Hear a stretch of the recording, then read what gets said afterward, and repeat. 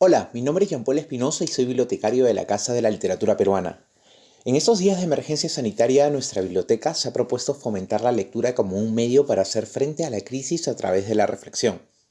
Por ello, en las últimas semanas se han difundido una serie de audio y video reseñas sobre libro, educación, mediación y literatura. En esta ocasión quisiera compartirles mis apreciaciones sobre una obra que se encuentra en libre descarga y al acceso de todos y todas. Empecemos. Ricardo Palma fue uno de los intelectuales más influyentes del siglo XIX en nuestro país y buena parte de Hispanoamérica.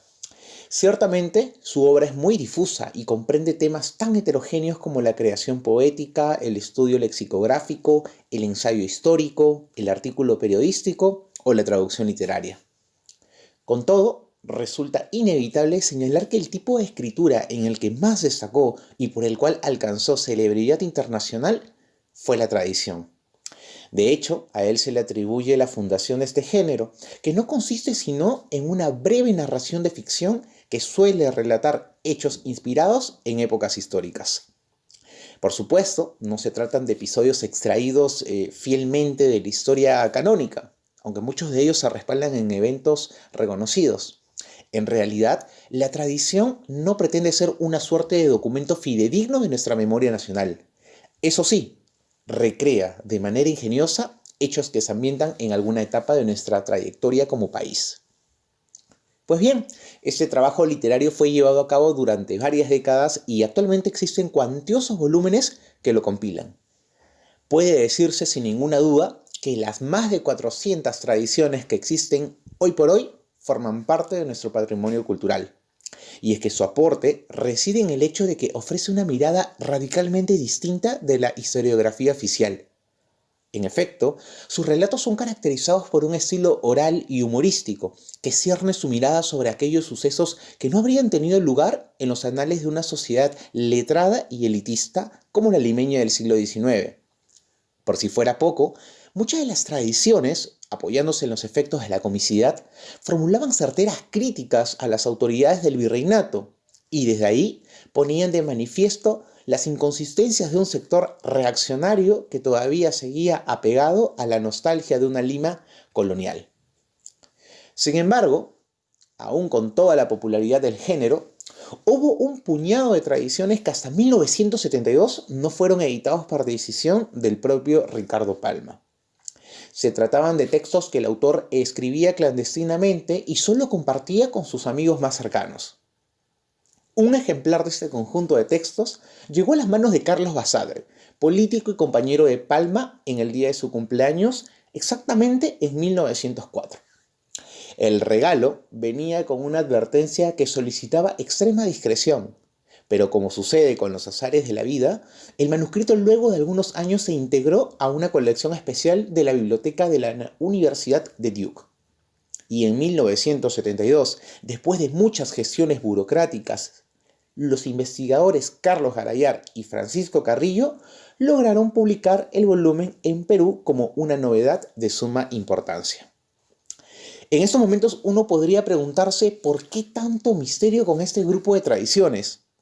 ¿Acaso contenían alguna particularidad que podía desacreditar el prestigio de nuestro gran escritor?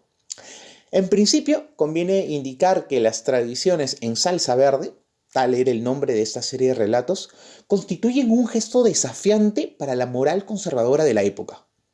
Las narraciones, con rasgos desenfadados y provocadores, suelen plantear hechos vinculados a la impudicia, la procacidad y la vulgaridad.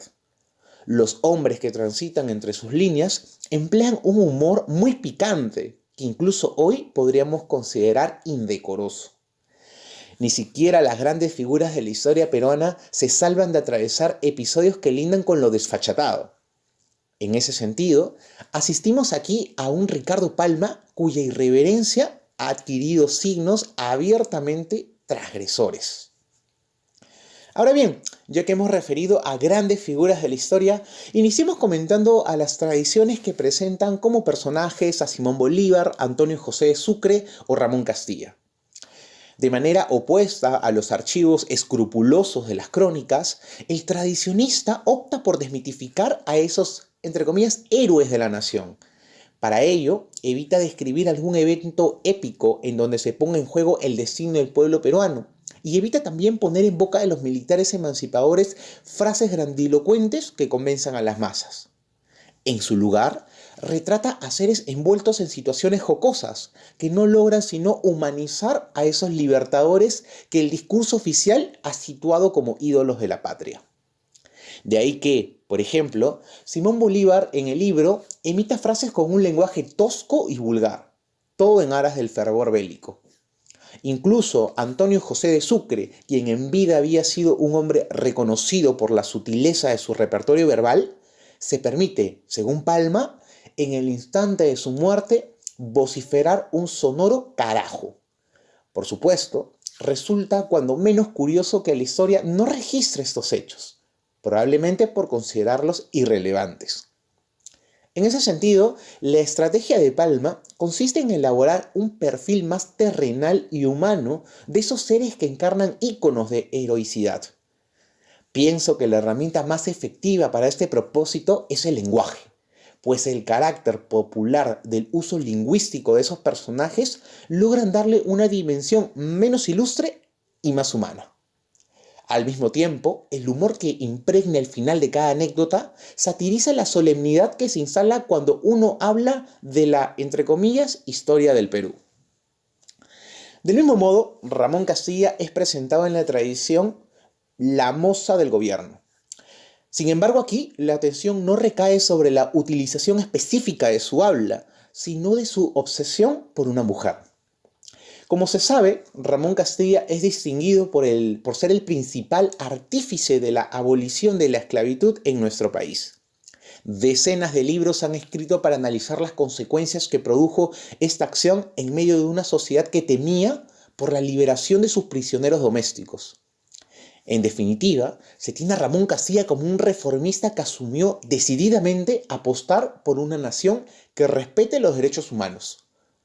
No obstante, la moza del gobierno nos muestra a un Castilla cuyo poder lo llevaba incluso a disponer de mujeres según su voluntad.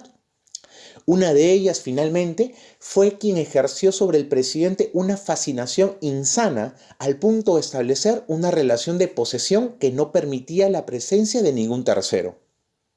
Y cuando apareció uno, la ira de Castilla se hizo sentir y no tuvo otra idea sino la de desterrar al contendiente, pues no soporta el peso de ser señalado como, entre comillas, un cornudo.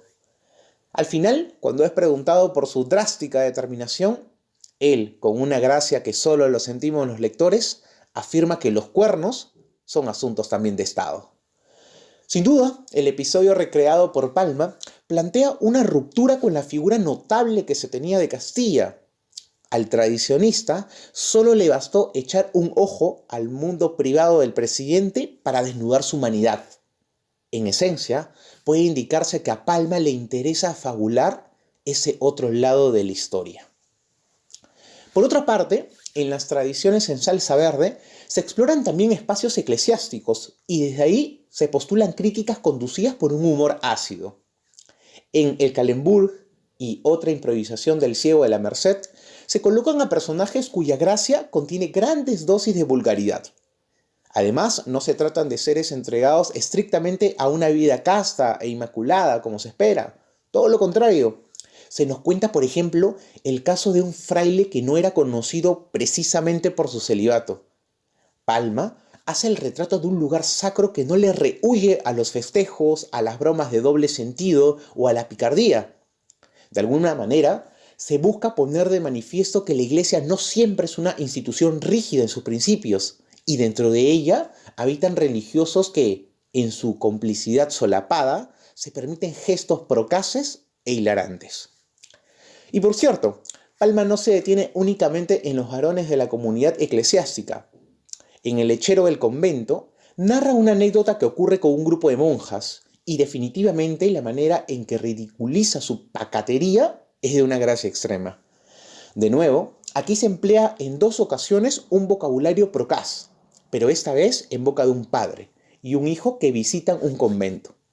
Naturalmente, el escándalo que suscita en las monjas tales expresiones se torna mayúsculo, pues hacen alusión a las partes bajas del cuerpo. Cuesta mucho no esbozar una mueca maliciosa cuando nos percatamos de la conmoción que se instaura en las monjas tan solo por el uso de un par de términos. No cabe duda de que el descaro de Palma se propone remecer las bases de un orden religioso que en apariencia es sólido en sus convicciones, pero que es realmente frágil ante dos palabras impúdicas. Por ello, pone en representación a dos personajes que, con o sin conciencia, se burlan de un poder institucional como es la Iglesia. Y para tal objetivo, el único instrumento con el que cuentan es, curiosamente, la palabra. Dentro de este marco de referencia, los inocentones despliegan una mofa que se dirige también a una población que se reconoce a sí misma como, entre comillas, moral y decente, pero con la aparición de una ocurrencia verbal relacionada a los genitales, pierde toda cordura. En ese sentido, considero que Palma coloca la sexualidad como una pulsión que bulle en el interior de una sociedad reprimida y conservadora. En este punto, puede deducirse que nuestro escritor quiere manifestar su posición contestataria con una sonrisa perversa, pero crítica. Para finalizar, me gustaría comentar la única tradición que no se caracteriza por su jocosidad o irreverencia. Debo confesar que La Cena del Capitán es el relato que más me ha estremecido por cuanto desarrolla una semblanza trágica de la derrota y la miseria.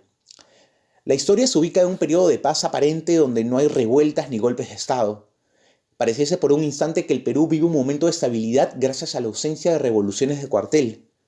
No obstante, Palma se enfoca en aquellos soldados que, después de las guerras, quedaron en el desempleo y sin ningún oficio que les permita subsistir. Si bien algunos optaron por ir al campo a desempeñarse en labores agrícolas, otros decidieron quedarse en la capital por temor a, entre comillas, rebajar su condición de militares. No hace falta ser muy agudo para deducir que muchos de ellos terminaron como mendigos.